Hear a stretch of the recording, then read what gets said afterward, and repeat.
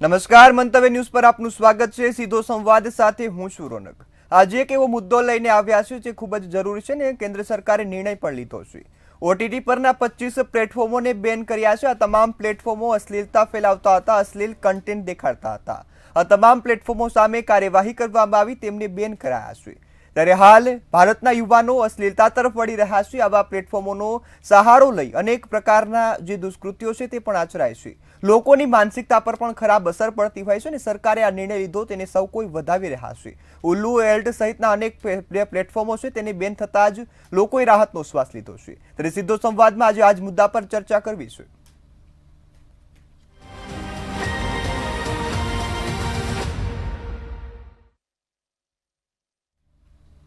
હાલ ઉલ્લુ અલ્ટ બાલાજી સહિતના પ્લેટફોર્મો પર જે બેન લગાડવામાં આવ્યો છે તેને લોકો વધાવી રહ્યા છે। આ તમામ પ્રકારના પ્લેટફોર્મો છે તે અશ્લીલ કન્ટેન્ટ જે લોકોને દર્શાવતા હતા અને લોકો સામે અશ્લીલ કન્ટેન્ટ પેશ કરતા હતા। ત્યારે અશ્લીલતા ફેલાવવા બદલ 25 ઓટીટી પ્લેટફોર્મ છે તેને બેન કરવામાં આવ્યા છે। તમામ સામે કાર્યવાહી છે તે હાથ ધરવામાં આવી છે।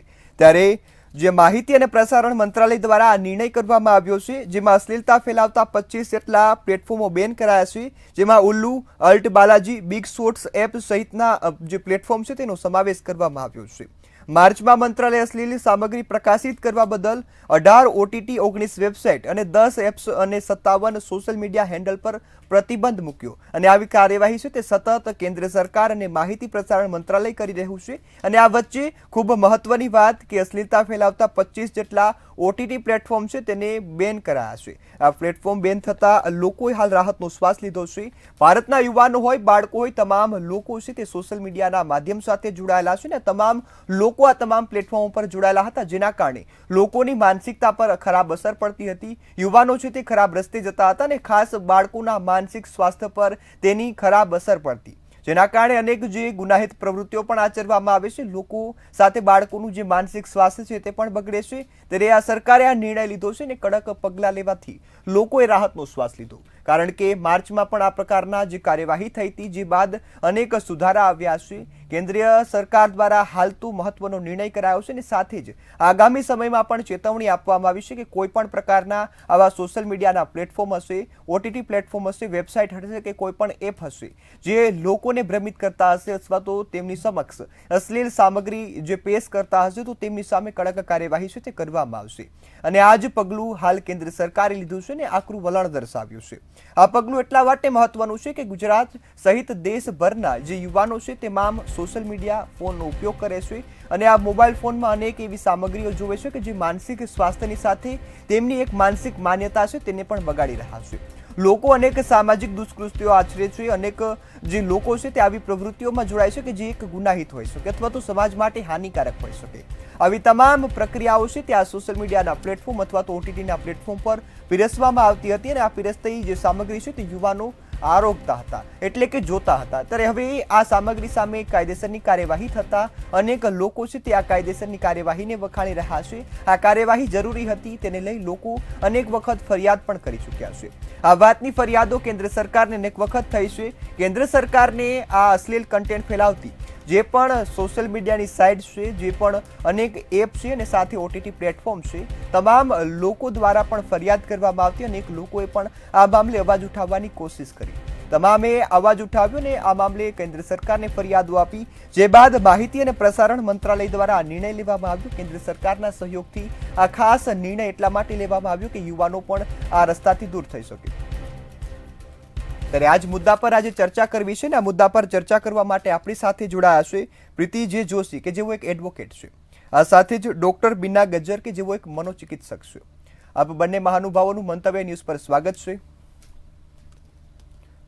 પ્રીતિબેન, હું આપની પાસેથી શરૂઆત કરવા માંગીશ। ઓટીટી પ્લેટફોર્મ બેન થવા અને લોકો હાલ રાહતનો શ્વાસ એટલા માટે લઈ રહ્યા છે કે આ તમામ પ્લેટફોર્મો અશ્લીલ સામગ્રી પેશ કરતા હતા, યુવાનો આ સામગ્રી જોતા હતા અને તેનાથી એની માનસિક સ્વાસ્થ્ય પર તો અસર પડે જ, સાથે સમાજમાં પણ એક જે દૂષણ છે તે ફેલાતું હતું। ત્યારે આપ એડવોકેટ તરીકે આ પગલાંને કઈ રીતે જુઓ છો ને આ પગલાં કયા પ્રકારના લેવામાં આવ્યા?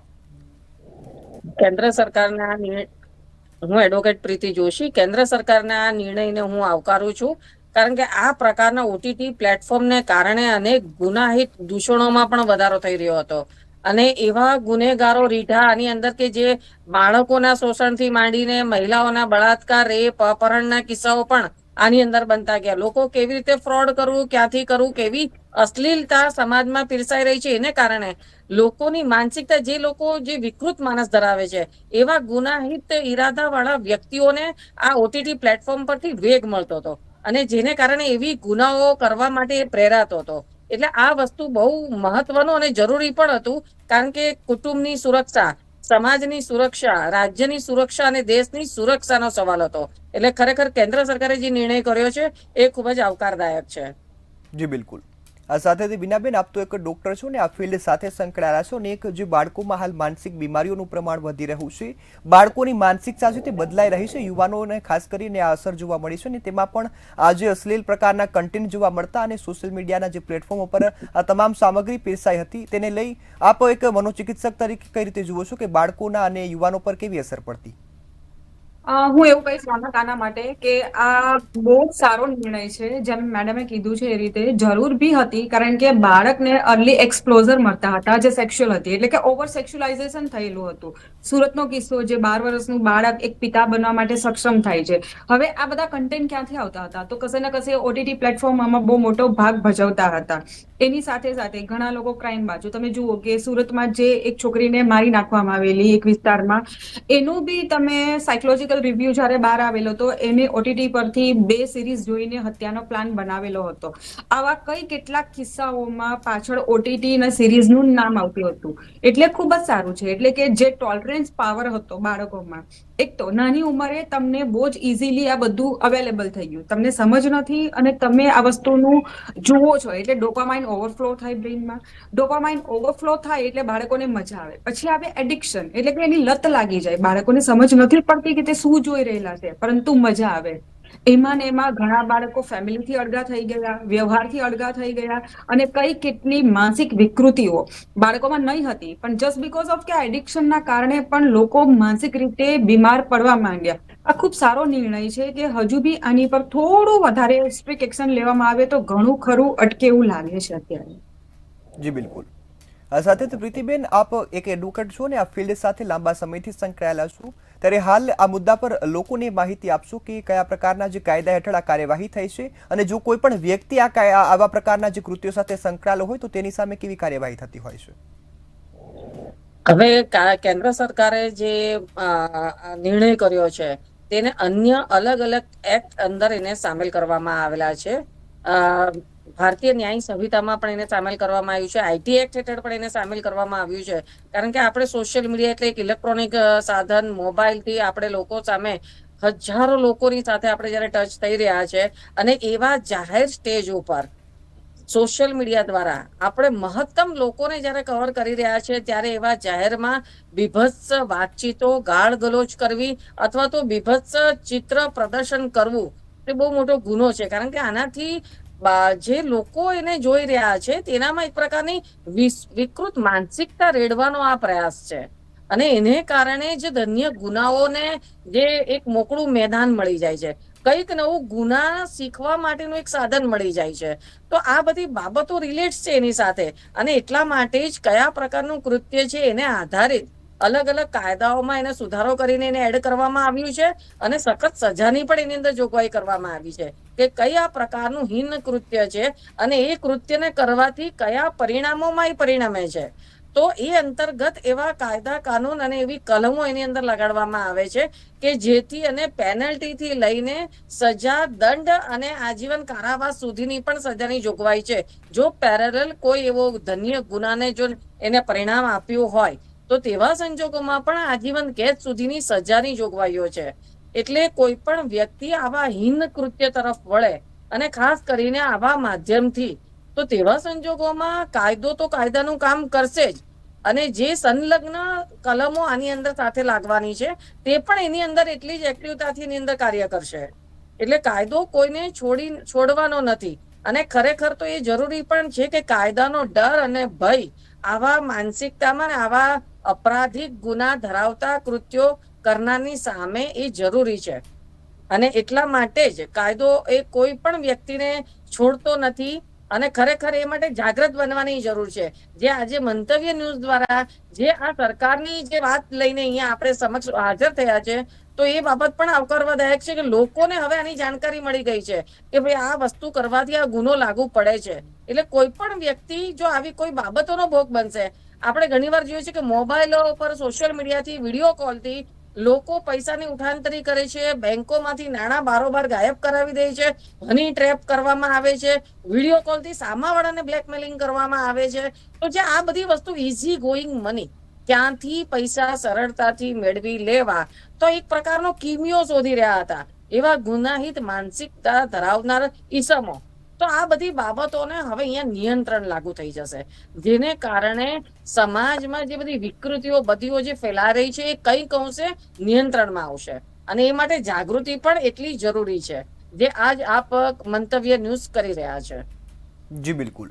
આ સાથે જ બીનાબેન, હાલ આપણે જોવા જઈએ તો બાળકો સહિત તમામ લોકો છે તે મોબાઈલનો ઉપયોગ કરે છે, સોશિયલ મીડિયાના પ્લેટફોર્મ સાથે જોડાયેલા છે, અને આપણે બાળકોને જોયું છે કે નાનપણથી જ આ તમામ જે સામગ્રી છે તેના પર વધારે ધ્યાન આપતા હોય છે, કારણ કે એ ઉંમર હોય છે કે તેમને સમજ નથી હોતી, પરંતુ જે કોઈ પણ એવું દૂષણ છે તેનામાં ઘૂસી જતું હોય છે, તેની માનસિકતા એ પ્રકારની બની જતી હોય છે. તે બાદ એ યુવાન થઈ અથવા તો એ પ્રૌઢ વયનો થાય છે ત્યારે ગુના આચરે છે, અને બળાત્કારની જે ઘટનાઓ છે તેમાં પણ આ જ પ્રકારે વધારો થયાના અનેક રિપોર્ટ સામે આવ્યા. ત્યારે આ તમામ પ્રકારના જે દૂષણો છે તે એક બાળક પર કેવી અસર કરતા હોય છે, અને ખાસ બાળકને એક માતા પિતા તરીકે કયા પ્રકારની કાળજીઓ રાખવી જોઈએ? રોનક, આના માટે એવું છે કે 13 થી 18 વર્ષ કે નાનપણથી તમે સમજો કે 7 વર્ષથી અત્યારે ઘણા બાળકો બહુ નાની ઉંમર પર પુખ્ત થઈ જાય છે, ત્યારે બ્રેઇન રીવાયર થાય છે, એટલે કે બ્રેઇનની સિસ્ટમ બને છે. તમે શું શીખી રહેલા છો, શું મેમરી સ્ટોર થાય છે, એને અકોર્ડિંગ તમારું બિહેવિયર, તમારી પેટર્ન, ઘણું બધું ભવિષ્યમાં નક્કી થાય છે.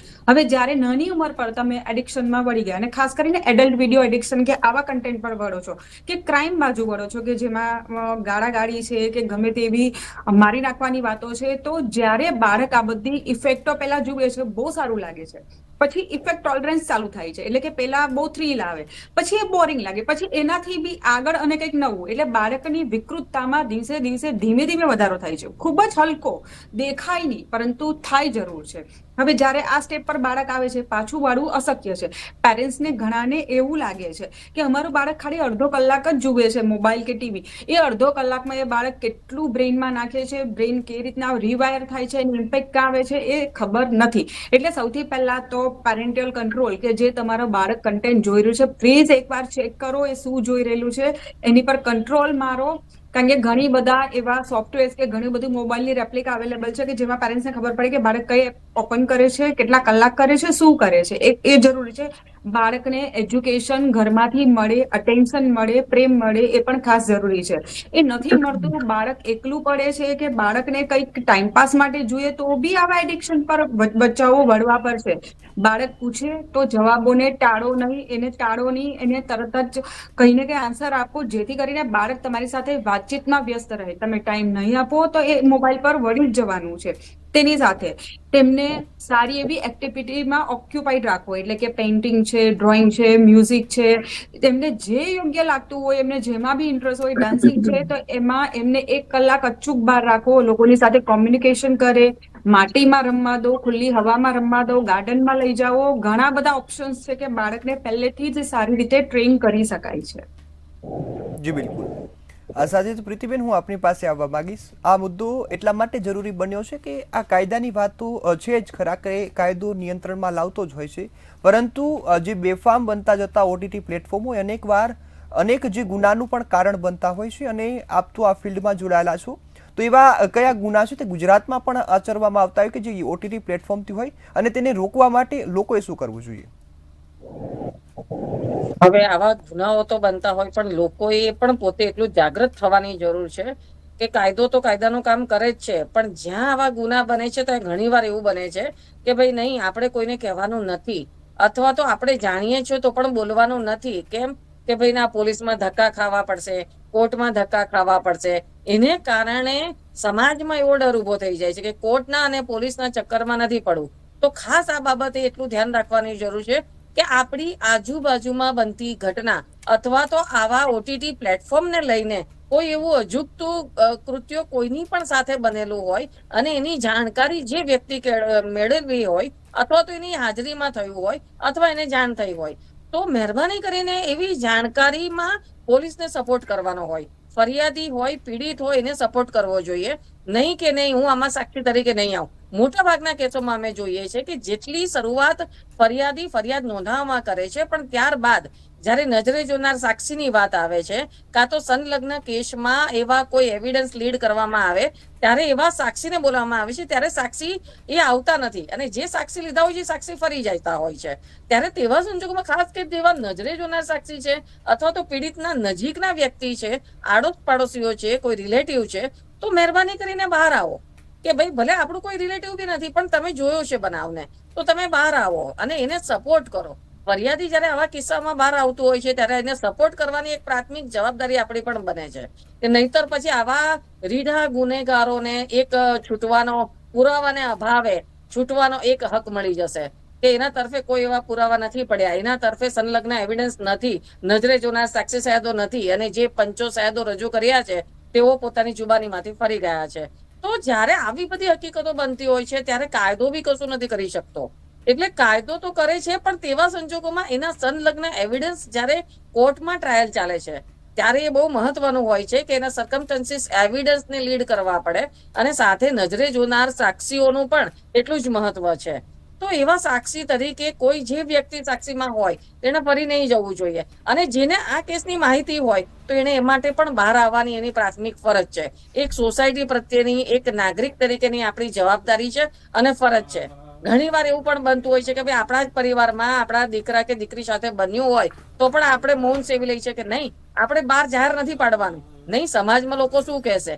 અરે સમાજમાં કોઈ નથી કહેવાનું, વ્યક્તિએ ને કુટુંબે સમજવાની જરૂર છે કે આજે તમારો દીકરો કે દીકરી ભોગ બન્યું છે, કાલે કોઈ બીજાનો દીકરો કે દીકરી ભોગ બનશે તો આપણે આવી હકીકતોથી હકીકતને બહાર લાવવાની છે. અને અમુક વાર તો કોર્ટમાં ને કાયદામાં એવા પ્રાવધાન બી છે કે ફરિયાદી કે વિક્ટિમ કોઈ સગીર વયનું બાળક હોય તો એની ઓળખ પણ છુપાવવામાં આવે છે, એની ઓળખ ગુપ્ત રાખીને ફરિયાદ નોંધવામાં આવે છે અને ફરિયાદમાં પણ એફઆઈઆર નોંધાય તો પણ એમાં એનું નામ જાહેર કરવામાં આવતું નથી. તો એ સુવિધા છે જ, કાયદાએ પણ બક્ષેલી છે. તો તેવા સંજોગોમાં ડરવાની જરૂર નથી કે પીડિતાની ઓળખ બહાર જાહેર થઈ જશે અથવા તો આ વસ્તુ લોકોમાં શું કહેશે. જે વ્યક્તિએ ગુનો કર્યો છે એને શરમ આવવી જોઈએ, જે વ્યક્તિએ ગુનો કર્યો છે તો એને એ બધી તકલીફો પડવી જોઈએ, નહીં કે ફરિયાદીને કે નહીં કે પીડિતને. તો આ જે માનસિકતા છે એ માનસિક ગરેડમાંથી બહાર આવવાની જરૂર છે.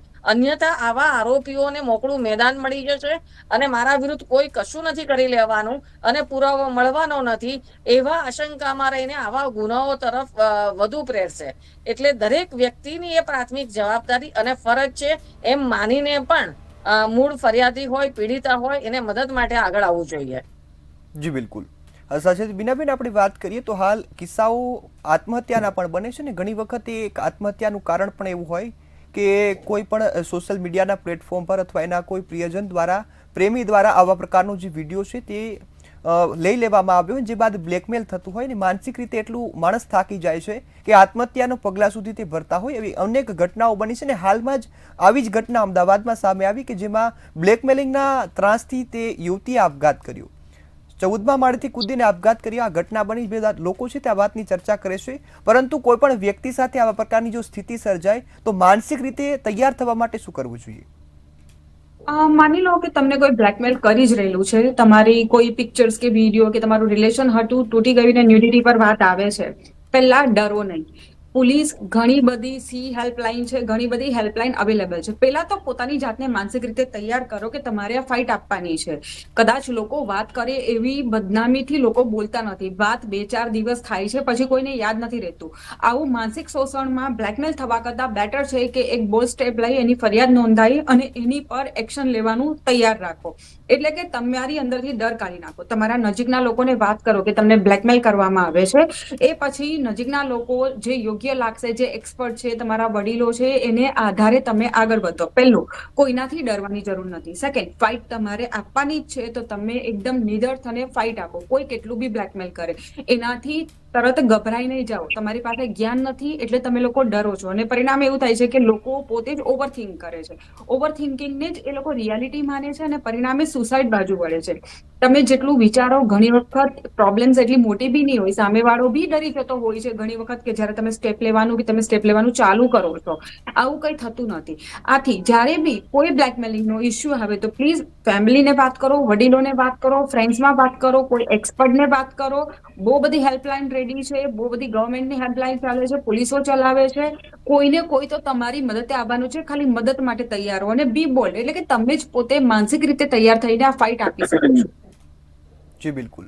સાજદ વિનાબેન, આપણે જોઈએ તો બાળકો ધીમે ધીમે આત્મહત્યા તરફ વળી રહ્યા છે, માનસિક રીતે નબળા પડી રહ્યા છે. તો ખાસ કરી તેઓના માનસિક સ્વાસ્થ્ય સુધરે, તેઓની જે માનસિક સ્થિતિ છે તેમાં સુધારો આવે ને બાળકો માનસિક રીતે મજબૂત બને, તે માટે શું કરવું જોઈએ? બાળકોને માનસિક સ્ટ્રોંગ બનાવવા માટે પહેલા તો બાળકોની સાથે રહેવું, એને પૂરતો પ્રેમ આપવો. તેની સાથે સાથે પ્રેમની સાથે ઓવર પેમ્પરિંગની વાત નથી કરતી હું અહીંયા. ઘણા પેરેન્ટ્સ બહુ ઓવર પેમ્પર કરે છે. આ બાળકો કતે ફાઇટ નહીં આપી શકે. પૂરતો પ્રેમ આપો, પણ તેની સાથે ફાઇટ માટે પણ રેડી કરો. અત્યારે ઘણા બચ્ચાઓ એવા છે કે જે ડરપોક છે. તમે જુઓ, એક રિવ્યુ હમણાં જ્યારે સામે આવેલો હતો અમારી, કે અત્યારે છોકરાઓ ડ્રાઇવિંગ લાયસન્સ માટે પણ એક્ઝામ નથી આપતા. એ લોકોને ડર લાગે છે કે એક્સિડન્ટ થઈ જશે. તો બાળકો લિટરલી આટલા ગભરું બની રહેલા છે. એ લોકો કોઈ ડેરિંગ નથી કરતું, કારણ કે રોજ ઉઠીને મોબાઈલમાં રમવાનું, બહારની જે એક્ટિવિટીઝ હતી, જે સ્પોર્ટ્સની હતી, એ બધી બંધ થઈ ગઈ. એક્સપ્લોર બંધ થઈ ગયા છે. આખો દિવસ મોબાઈલ, ઇન્ટરનેટ, પીડીએફ આવે સ્કૂલમાંથી, એમાં બાળકો રચ્યા પચ્યા છે. રિયાલિટી અને રિયલની વચ્ચેનું આખું ડિસ્ટન્સ ગાયબ થઈ ગયું છે. બાળકોને મેન્ટલ ટ્રેન કરવા માટે પહેલા તો બાળકને થોડું બોલવાનું ઘરમાં રાખવું. હું એવી સલાહ આપું છું. ઘણા પેરેન્ટ્સ એવું વિચારે કે બાળકોને કંઈ કહેવાનું જ નથી. જે બચ્ચાઓને પહેલેથી થોડું ઘણું સાંભળવાની આદત નથી, તમે થોડું મોટું થઈને એમને ખીજવાવો એટલે એમને લાગી આવે કે મોબાઈલ લઈ લીધો અને સુસાઇડ કરી લીધું, આટલું બોલી અને સુસાઇડ કરી લીધું. બાળકોને ધીમે ધીમે પ્રેમની સાથે સાથે થોડું તમે ખીજવાવો બી ખરી, થોડા ટ્રેન બી કરો કે કોઈ વડીલ બોલે છે તો ત્યાં બચાવવા નહીં જાઓ. એમને સમજવા દો કે કોઈ વડીલ છે, તમને બોલે છે તો તમારા સારા માટે બોલે છે. જ્યારે બાળકોને બધી બાજુથી ટ્રેન કરવામાં આવે તો તે પ્રમાણે તે રિએક્શન્સ આપે છે. આથી પહેલેથી તમારે બધા જ ક્રાઇટેરિયામાં બાળકને મૂકવા પડે અને તમારે સતત લાગી રહેવું પડે છે. પરંતુ મેક્સિમમ લોકો અત્યારે જોબ કરે છે, એટલો બધો ટાઈમ કોઈની પાસે નથી, આપી નથી શકતા. એટલે ઘણી વખત આવી ચૂકો આવે છે. તમે જુઓ, હેડલાઇન્સ આવે છે કે મોબાઈલ લઈ લીધું, સુસાઇડ કરી લીધું, બોલી દીધું, સુસાઇડ કરી લીધું, ઘરમાંથી ભાગી ગયો. આવી નાની નાની વાત માટે આટલા મોટા રિએક્શન એ કશે ના કશે બાળપણમાં રહેલી ખોટના લીધે થાય છે. એટલે આથી જ્યારે નાનું છે ત્યારથી જ પહેલેથી વ્યવસ્થિત ટ્રેન કરવાનું રાખો. જી બિલકુલ. સાજદ પ્રીતિબેન, હું આપની પાસે આવવા માંગીશ. આ મુદ્દો એટલા માટે જરૂરી છે કે યુવાનોના ખાસ માનસિક સ્વાસ્થ્ય પર તો અસર કરે છે, આ સાથે સાથે આપણી જે યુવાન છે તે દેશનું ભવિષ્ય છે ને એ ભવિષ્ય નબળું કરવામાં પણ આ કામ ઓટીટી પ્લેટફોર્મો કરતા હોય. અનેક જે શો આવે છે તેમાં અશ્લીલતા ભરીને પીરસવામાં આવે છે. તેમની સામે કાર્યવાહી તો થઈ રહી છે, પરંતુ લોકો આવા પ્રકારના પગલાં ન ભરે તે માટે આપણા દેશમાં કયા પ્રકારના કાયદાઓ છે? તમારો અવાજ મને નથી આવ્યો, રોનકભાઈ. જી પ્રીતિબેન, હું આપને સવાલ પૂછતો હતો કે આપણે હાલ ઓટીટી પ્લેટફોર્મ છે કે કોઈ પણ પ્રકારના સોશિયલ મીડિયા પ્લેટફોર્મ, તમામ પર લોકો આ પ્રકારના કન્ટેન્ટ સાથે જોડાયેલા છે ને ખાસ આ કન્ટેન્ટ તરફ વળે છે. તો આ તમની સામે આપણા દેશમાં કાર્યવાહી કરવા માટે કયા પ્રકારના કાયદાઓ છે ને શું સજા થતી હોય? બીભત્સ ગાળ ગલોચ કરવી, જાહેરમાં અસભ્ય વર્તન કરવું, કોઈના માન સન્માનને હાનિ પહોંચે એવી રીતનું વર્તન કરવું, તો ભારતીય ન્યાય સંહિતામાં આ અંગેની જોગવાઈ છે. અને સાથે સાથે સોશિયલ મીડિયા કે આ જે ઓટીટી પ્લેટફોર્મ પરથી જે એવું નગ્ન પીરસવું, જે ચિત્રમાં હોય, જે શબ્દમાં હોય, જેના દ્વિઅર્થી સંવાદોમાં હોય, તો એને પણ આઈટી એક્ટ હેઠળ 66(1) અને 66(2) હેઠળનો પણ ગુનો દાખલ થાય છે. અને જેવા કન્ટેન્ટ, જેની મેં અગાઉ કીધું એમ કે ગુનાની ગંભીરતાની સાથે કયો ગુનો કર્યો છે અને એના પરિણામ શું આવવાના છે એવી હકીકત જાણવા છતાં પણ હવે ઓટીટી પ્લેટફોર્મ પરથી કોઈ એવું ગુનાહિત કાવતરું કરે છે અને એ કાવતરું શીખીને એને અમલમાં મૂકવાની તૈયારી કરે છે. તો એની માનસિકતા, ગુનો કરવાની ઈચ્છા, એની માનસિકતા, અને ત્રીજું તૈયારી, કે એની તૈયારી એને અંજામ આપવાની, કે ગુનાને અંજામ કેવી રીતે આપવાનો છે. તો આ મેઇન શ્રીયા બહુ મોટું ફેક્ટર છે કે વ્યક્તિ ઈચ્છે છે, એને બધું પ્લાનિંગ કરી નાખ્યું છે, હવે એને અમલમાં કરવાની છે, એને ગુનાને અમલમાં લાવવાની એની તૈયારી. તો એ વસ્તુ જ્યારે એ ગુનો કરે છે ત્યારે એને ખબર છે કે હું આ વસ્તુ કરીશ, આ રીતે હું કરવા જઈશ તો સામાવાળાની જાન જાય એવું પણ બની શકે છે કે એનો ખૂન થાય, એનું મર્ડર થાય, એવી બી દહેશત છે. તેમ છતાં પણ એવા ગુનાને અંજામ આપે તો એને મર્ડર, અપરાધ, મનુષ્ય વધનો પણ ગુનો લાગુ પડે છે. એટલે કયા પ્રકારનો ગુનો છે, કઈ ઉશ્કેરણીમાંથી એ કરે છે અને એમાં સામાવાળાને કઈ રીતનું નુકસાન છે, એ પ્રકારની કાયદાની કલમ એમાં લાગુ પડે છે. હવે અત્યારે જોઈએ તો મોબાઈલનો ઉપયોગ માત્ર એક ગુનામાં નહીં પણ એવા ઘણા બધા વર્ગોમાં વિતરિત કે લોકો, માત્ર બાળકો નહીં, એનું એડિક્શન મોટાઓને પણ લાગી ગયું છે. એવા દાખલાઓ છે કે અત્યારે આપણે સામાન્ય રીતે કોઈ હોટલમાં બી જશું તે ત્યાં જોશું આપણે તો ભાઈ પત્ની એના મોબાઈલમાં બિઝી, પતિ એના મોબાઈલમાં બિઝી, બાળક એની ગેમમાં બિઝી, ત્રણ પાસે મોબાઈલ છે પણ ત્રણ વ્યક્તિ બિઝી છે.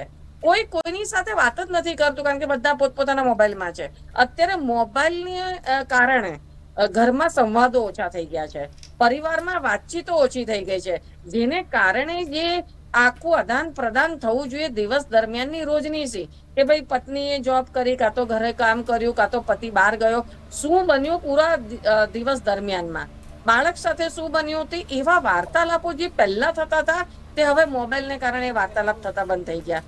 તેને કારણે દિવસ દરમિયાન શું બન્યું, શું ના બન્યું, કોઈ અજુગતી ઘટના બની, કાં તો કઈ એવી નવી વાત સાંભળી, કાં તો આનાથી આપણે ચેતવાનું છે, કાં તો આ પાડોશમાં આવું વસ્તુ બની ગઈ છે, તો આ બધી વાતો, સંવાદ બધાના બંધ થઈ ગયા અને તેને કારણે કોઈ કોઈની સાથે ચર્ચા નહીં. હવે ત્યાં સુધી એવું થાય છે કે બધા પતિ, પત્ની અને બાળક તો ત્રણના ફોનમાં લોક લગાવી દે છે, પોતાના પર્સનલ લોક.